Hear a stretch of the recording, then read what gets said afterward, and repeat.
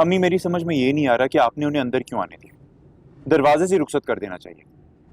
आज रूमी के साथ जो कुछ भी हो रहा है ना, उसके पीछे वजह यही लोग हैं। आरिफ बेटा, देखो जो मैं सोच सकती हूँ ना, वो तुम नहीं सोच सकते हो। वो हमारे घर आए मेहमान थे, वो अपने रवैये में लचक रखना बहुत जरूरी थी मुझे। वैसे अम्मी कोई वजह तो होगी जो सादिया आंटी जैसी इतनी अमीर और पढ़ी लिखी खातून स्पेशल उठ के हमारे घर आई है रूमी की हिमायत करने के लिए।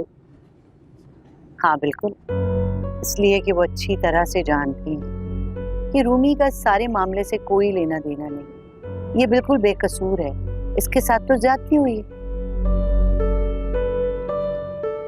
रूमी तुम मुझे बताओ, तुम क्या चाहती हो? मैं सिर्फ आहिल चाहती हूँ भाई। आप कुछ भी करके, कोई भी तरीका इख्तियार करके साहिल मेरे पास ले। भाई देखो रूमी, अगर सादिया आंटी अपने सारे सोर्सेज इस्तेमाल करके तुम्हें कस्टडी ले भी देती है ना आहिल की, तो तुम संभाल नहीं पाओगे उसको। भाई उसको इतनी आदत हो गई है अच्छी सहूलियात में रहने की, और तुम्हें तो पता है कि तुम्हारा भाई इतना खर्चा नहीं उठा सकता। शानजे, अभी 2 दिन हुए नहीं है और तुम्हें खर्चों की फिक्र पड़ गई।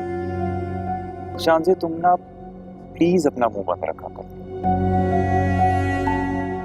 क्योंकि जब भी तुम मुंह खोलती हो ना फजूलियात ही उगलती हो। आप फिक्र ना करें भाभी, मैं जॉब कर लूंगी, आप पर कभी बोझ नहीं बनूंगी मैं। नहीं बेटा, क्या हो गया तुम्हें? तुम्हारा भाई अभी जिंदा है और तुम्हें अपनी भाभी को किसी भी बात की वजाहत देने की कोई जरूरत नहीं। और फिक्र ना करो, मैं सिद्दीकी साहब से खुद बात करूंगा आयल की कस्टडी, तुमने परेशान नहीं होना। बस भाई कोर्ट कचहरी के चक्कर लगेंगे अब। शानज़ा तुम एक काम क्यों नहीं करती, तुम ना कुछ दिनों के लिए अपनी अम्मी के यहाँ चली जाओ, हमें भी सुकून मिल जाएगा। पता नहीं एक तो इस घर में मेरा ही वजूद हर किसी को क्यों खटकता है। भाई जो मर्जी करें मेरी तरफ से, चाहे कोर्ट कचहरी, बनाए अपना तमाशा। शानज़े नीचे जाओ।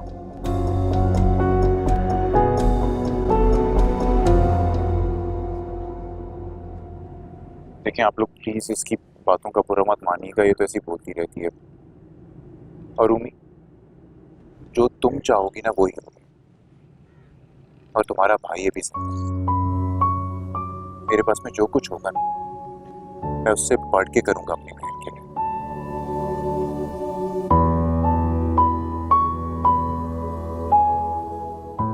जीते रहो बेटा, जीते रहो।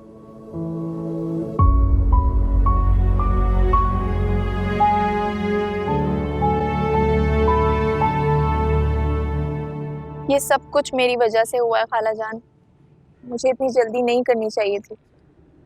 चलो अब जो हो गया ना उसे बदला तो नहीं जा सकता, लेकिन हाँ जो होने जा रहा है उसे रोक कर हम रूमी की मदद जरूर कर सकते हैं। सारे रूमी तो यही समझती है ना कि तुमने उसको यूज किया है सैरिस से ना शादी करने के लिए। That's my problem. उससे हकीकत पहुंची भी तो गलत तरीके से। तुम्हारी सैरिस से बात हुई? नहीं सारे भाई, मेरी कोई बात नहीं। देखो रिशा, तुम ऐसा करो, तुम जाओ और जाकर उससे मिलो, बात करो, पता तो चले कि उसके दिमाग में चल क्या रहा है। फिर मैं चाहती हूँ कि सारे मामला प्रॉपर तरीके से सॉल्व हो जाए। सही है, मैं उससे मिलती हूँ।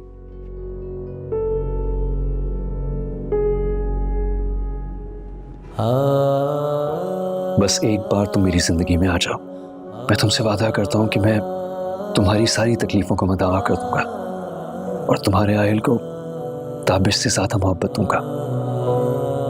सैरिश, तुम्हें सारिम भाई से बात करनी चाहिए। सारा गुस्सा रूमी भाभी पे क्यों निकाल दिया? तुम यहाँ रूमी की हिमायती बनकर आई हो। रूमी की हिमायती होती तो तुम्हें कॉल ना करती, मगर जब मुझे ये पता चला कि रूमी भाभी की इसमें कोई गलती नहीं है, सारिम भाई दिल दे बैठे। नहीं सुनना मुझे कुछ। सैरिश प्लीज काम डाउन, क्या हो गया है तुम्हें? कम से कम आहिल के बारे में सोचो। तुम इतने छोटे बच्चे को मां से अलग कैसे कर सकती हो? आहिल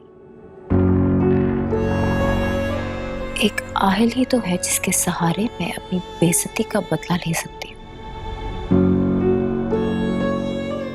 रूमी, आहिल के बगैर वो ज्यादा देर रह नहीं पाएगी।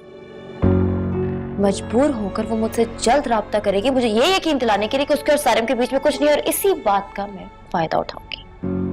कैसा फायदा?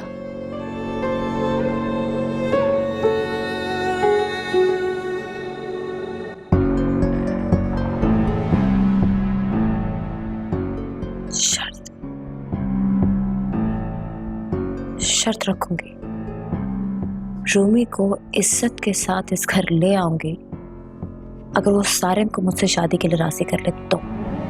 सैरिश, ये तुम क्या कह रही हो? तुम्हें अभी भी लगता है कि सारिम भाई तुमसे शादी के लिए राजी हो जाएंगे? हाँ तो जो मेरा है वो सिर्फ मेरा है, और अपनी बेइज्जती का कर्जा भी तो मैंने उतरवाना है। चाहे जो मर्जी हो जाए, सारिम से शादी मैं करके रहूंगी।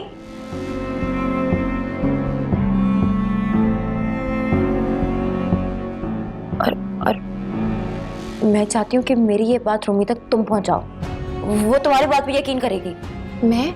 मैं तुम्हारी इसमें कैसे मदद मैं कर कुछ नहीं जानती अरीशा, मेरी दोस्ती का सबूत दो। मैसेज करो, कांटेक्ट करो, जो मर्जी करना करो, लेकिन ये करके दिखाओ मुझे।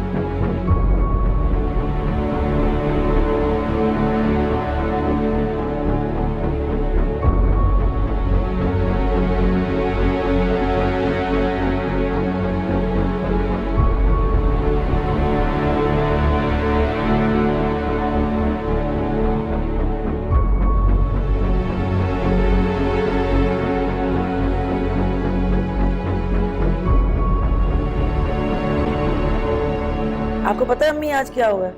अयान ने क्या बताया मुझे आके? क्या कह रहा था? रुके, वो खुद ही आपको आके बताएगा तो यकीन करेंगी आप। अयान, अयान जल्दी आओ, इधर आओ। आप जब आज गली में खेल रहे थे फुटबॉल अपने दोस्तों के साथ, तो वहां पे क्या हुआ था खुद बताएं जरा दादू को। दादी, वो जो मेरा दोस्त है ना साथ, उसने कहा था तुम्हारे घर में काले कोट वाले कौन आए। मैंने कहा था वो मेरे बाबा के दोस्त हैं। उसने कहा था नहीं, वो लॉयर है, वो पुलिस के साथ काम करते हैं, जो गलत काम करते हैं वो उनको बचाते हैं। इसका मतलब है तुम्हारे बाबा ने कुछ गलत काम किया है। और बस उसके बाद इसने उसको बॉल मारी और घर आ गया। बेटा अयान, यहाँ मेरे पास आओ।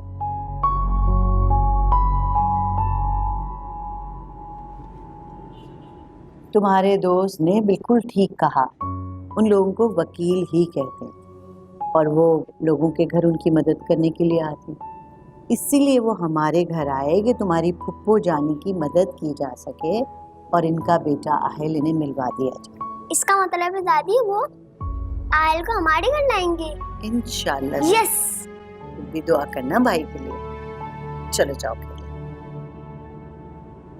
नहीं, आप इस बच्चे को तो समझा लेंगी, लेकिन बाहर जो मोहल्ले वाले बातें कर रहे हैं उनका क्या करेंगी? मेरी बेटी ने ऐसा कोई काम नहीं किया कि मैं किसी को जवाब दे दूं। भाई देखिए, मेरी बात सुने अम्मी, मैं करती हूँ सीधी सीधी बात। ये आप ना ये वकीलों के चक्कर छोड़ें, आहिल को करे उसके दादी के हवाले और इसकी शादी कराएं कहीं और। भाभी, आज तो आपने ये कह दिया है, आइंदा कभी ये बात कहने का सोचिएगा भी मत। मैं आपकी बहुत इज्जत करती हूँ और चाहती हूँ कि हमारा ये रिश्ता इज्जत के साथ बरकरार रहे। लो जी, एक इसके मुंह में जुबान नहीं थी, वो भी लग गई। हाँ बिल्कुल, जब बात अपनी औलाद पे आती है तो गूंगे के मुंह में भी जबान लग जाती है। रूमी तो फिर पढ़ी लिखी एक समझदार लड़की है। अब बेहतर होगा शान से कि तुम इस मामले से अपने आप को दूर रखो।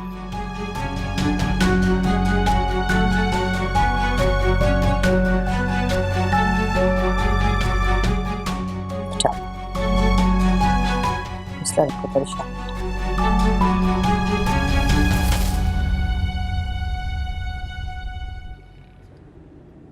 बेगम साहिबा, आहिल बाबा के लिए कुछ बना के लेके आऊं? खिचड़ी बना के ले आओ। जी बेगम साहिबा।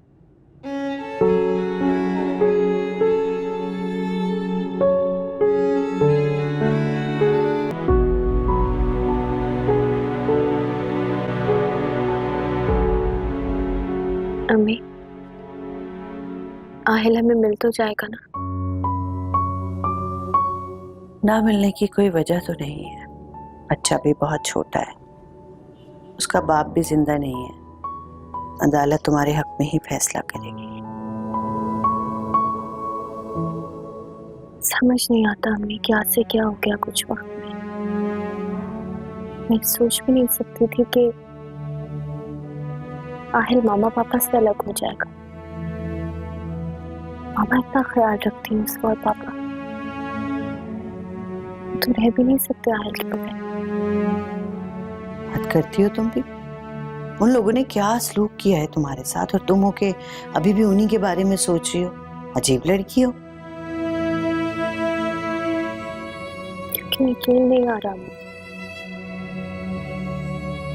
दिल को तसल्ली नहीं मिल रही है कि ऐसा भी हो सकता था। मामा सैरिश की बातों में आ गई हूँ।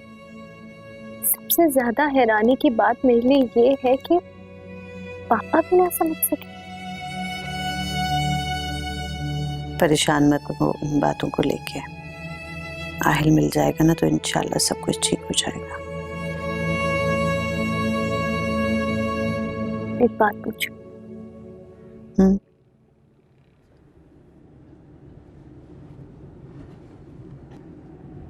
चांदी भाभी को अच्छा नहीं लगता मेरे साथ, बल्कि ये कहना ठीक होगा कि उनको आहिल और मेरा यहाँ रहना गवारा ही नहीं।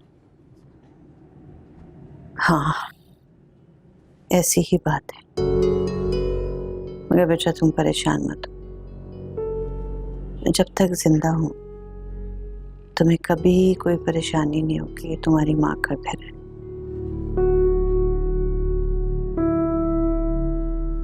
लेकिन आरिफ भाई बहुत अच्छे हैं। तो ये कह रही थी कि सारिम लोग भी बहुत अच्छे हैं।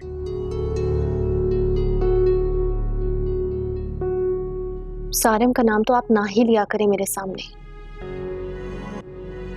वो तो ठीक है, लेकिन बेटा सादिया और सिद्दीकी को अपनी गलती का एहसास हो गया, तभी तो वो देखो ना इस केस में तुम्हारा साथ दे रहे हैं। इतना बड़ा वकील तुम्हें करके दिया।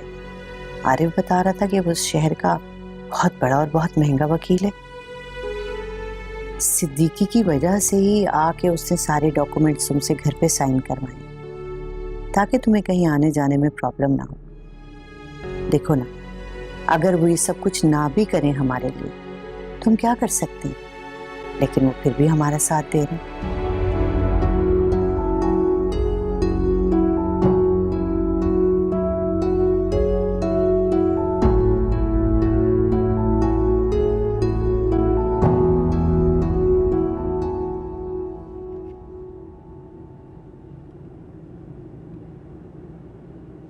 ये देख, आपकी बहू ने कोर्ट से नोटिस भिजवाया है।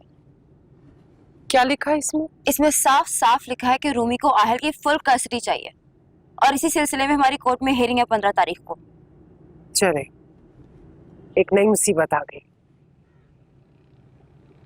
मैं भी यही सोच रहा था कि उनकी तरफ से इतनी खामोशी क्यों है। बहुत तरीके से प्लानिंग की है उन लोगों ने। पापा, मैं उस रूमी को आहिल की शक्ल तक नहीं देखने दूंगी। बेटा, इस वक्त ये जोश से नहीं होश से काम लेने का वक्त है। अगर उन्होंने इस मामले के हल के लिए कानून से राब्ता किया तो हम भी जवाब कानूनी तरीके से ही देंगे। मैं डिस्कस करता हूँ बेटा वकील से।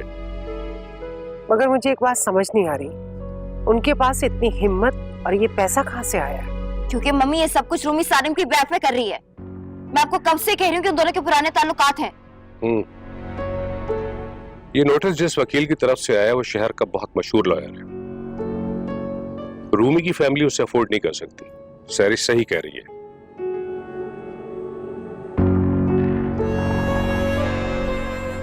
पापा, मैं तो कहती हूँ कि रूमी पे ना 2-3 चार्जेस लगा देते हैं, बदचलनी के, चोरी के या किसी भी और चीज के, ताकि हम एक केस बना सके कि हमें एक कैरेक्टरलेस लड़की को अपनी औलाद नहीं सौंपनी। खामोश रहो सैरिश। मैंने तुमसे कहा ना कि मैं वकील से डिस्कस कर रहा हूँ कि वो क्या कर सकता है। वैसे भी इस नोटिस में उन्होंने सिर्फ आहिल की कस्टडी मांगी है। रूमी की तरफ से कोई इल्जाम या कोई दावा नहीं लगा हम पे। ये बहुत तरीके से और बहुत सूझबूझ के साथ मामला हल करना पड़ेगा। तुम्हारे बाबा ठीक कह रहे हैं, वो लॉयर से बात कर रहे हैं ना बेटा। प्लीज तुम जज्बात में आके कोई गलत फैसला मत कर देना। रूमी कितनी चालाक निकली, सारिम के सहारे सारा केस लड़ रही है। देखा मम्मी आपने?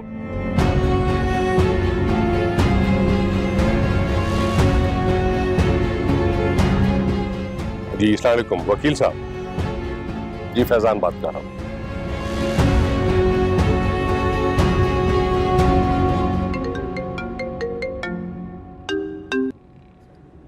हेलो। तुम्हें क्या लगता है ये सब कुछ करके तुम जीत जाओगी? कौन? अच्छा, अब आवाज भी नहीं पहचान रही हो तुम? तुम्हें कैसे भूल सकती हूँ मैं? नया फोन था ना, उसमें नंबर सेव नहीं था तुम्हारा। सारिम ने सबसे पहले तुम्हें नया फोन ही तो दिलवाया होगा, है ना? बस एक लफ्ज और नहीं कहोगी तुम। किसने फोन किया? जो तुम चाहती हो ना रूमी, वैसा कभी नहीं होगा। चाहे तुम सारिम के कंधे पर जितना बड़ा लॉयर हायर कर लो, आहिल तुम्हें कभी नहीं मिलेगा, समझी? सैरिश, आज तक तुमने मेरे साथ जो कुछ भी किया मैंने बर्दाश्त किया, लेकिन ये मत समझना कि आहिल के मामले में मैं पीछे हट जाऊंगी, और इससे मेरी वार्निंग समझना तुम। वाह अजीबा, बड़ा बोलना आ गया है। तुम्हारी सारी अकड़ मैंने पानी में ना बहा दी तो मेरा नाम भी सहरिश नहीं। तुमने आज तक जो कुछ भी किया उसमें सिर्फ और सिर्फ अपना नुकसान किया। मुझे तो अपने अल्लाह पर पूरा यकीन है कि मुझे मेरा बच्चा मिल जाएगा, लेकिन ये सब कुछ करने से तुम्हें सारिम कभी भी नहीं मिलेगा।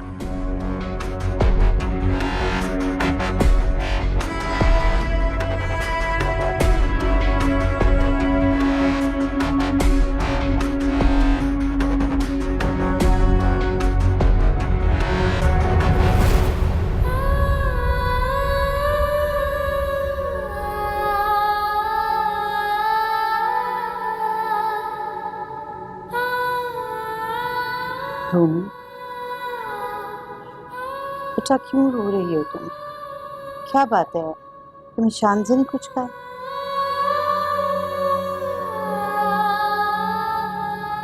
सहरिश मेरा पीछा छोड़ क्यों नहीं देती है? कोई मौका नहीं छोड़ती जिससे मुझे तकलीफ पहुंच सके। क्या बात है? रब तफसील से बता। फोन आया था अभी उसका, कह रही थी कि मुझे कभी कामयाब नहीं होने देगी और आहिल की कस्टडी मुझे कभी नहीं मिलेगी। सहरिश के फोन से तो तुम्हें हिम्मत मिलनी चाहिए। क्या मतलब? मतलब ये कि सहरिश जानती है कि केस वो लोग नहीं जीत सकते, इसीलिए उस घबराहट में तुम्हें प्रेशराइज करती है ताकि तुम खौफजदा होकर खुद ही पीछे हट जाओ। लेकिन तुम बिल्कुल भी परेशान नहीं होना, ना घबराना। इंशाल्लाह तुम्हारा बेटा एक दिन तुम्हारे साथ होगा। शायद ठीक कह रही है, लेकिन अम्मी वो मुझे सारिम के नाम से बदनाम कर रही है। उसको लगता है कि इस केस के मामलात में सारिम शामिल है। उसे ये भी लगता है कि ये फोन मुझे सारिम ने लेकर दिया है। मैं कैसे जीऊंगी इतने इल्जामात के साथ? देखो रूमी, अपने आप को इतना मजबूत कर लो कि बदलते हुए हालात और बदलते हुए लोग उन पे हरगिज भी असरअंदाज ना हो सके, तभी तुम इस दुनिया का मुकाबला कर सकोगे। आप एक वादा करें मुझसे कि आप मेरा साथ कभी नहीं छोड़ेंगे।